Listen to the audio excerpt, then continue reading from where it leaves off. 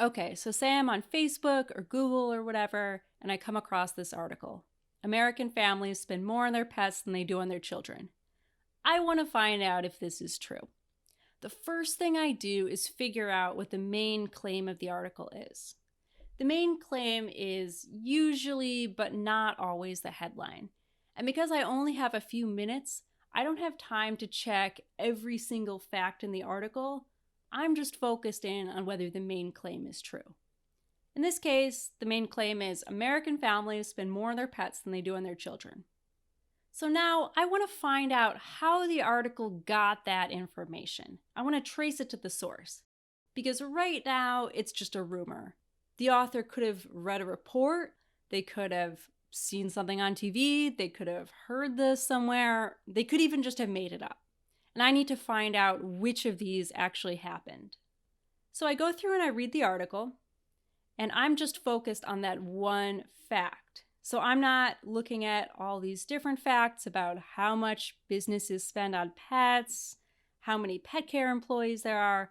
I'm just focused on whether Americans spend more on their pets than they do on their children. So I focus in on this sentence.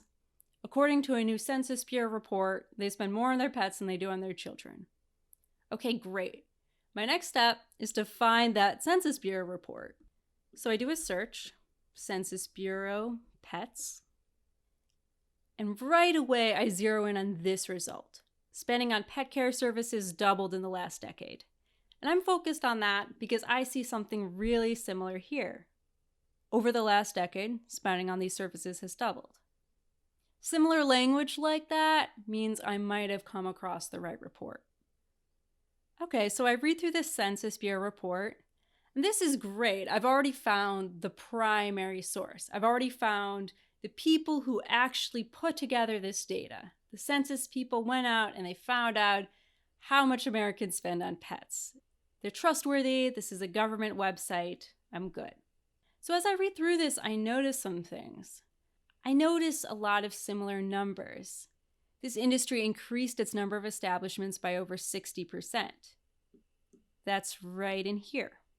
Another trick I can do is I can search these really specific numbers, 52,855.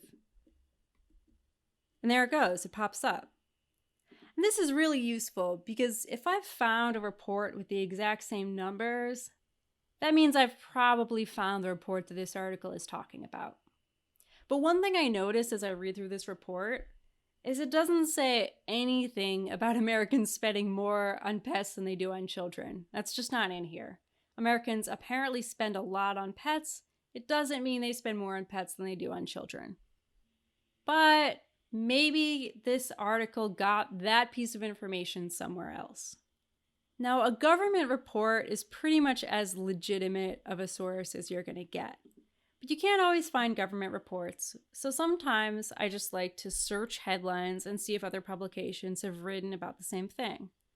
This is a really intense fact, right? Americans spending more on pets than they do on children. If this is true, a lot of other publications must have covered this. So I see some articles. Americans see their pets as family and are spending more cash on them. Well, that's true, but it doesn't mean they're spending more on their pets than they are on their children.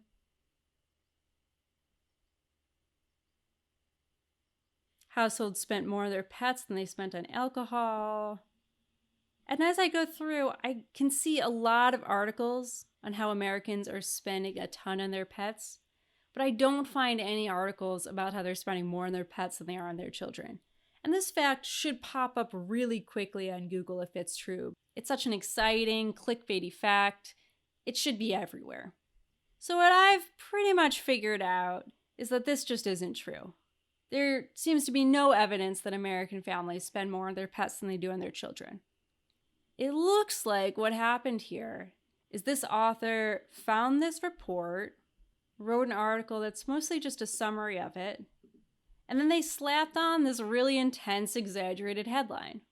So this article ultimately is really exaggerated. It's so exaggerated, I'd probably just consider it false.